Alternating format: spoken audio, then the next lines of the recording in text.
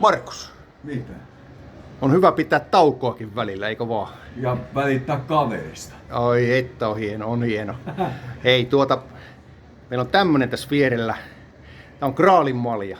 Joo. Tää on Graalin malja. Tästäkin juoni ei vanhene ollenkaan. Saas nähdä, mua vähän niinku mietityttää se, että tuo etenee aika hyvin ja tämä kans, niin että kuinka nuorilta me näytetään, kun me tullaan takas.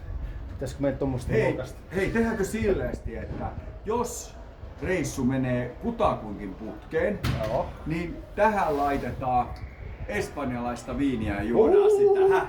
No, nyt mainit asia, joka... Mutta tälle kaverille ei anneta, sillä tää on alaikäinen. Ei anneta, ei. Joo. Joo, tämä on selvä. Hei, katso mikä tuolla taustalla on.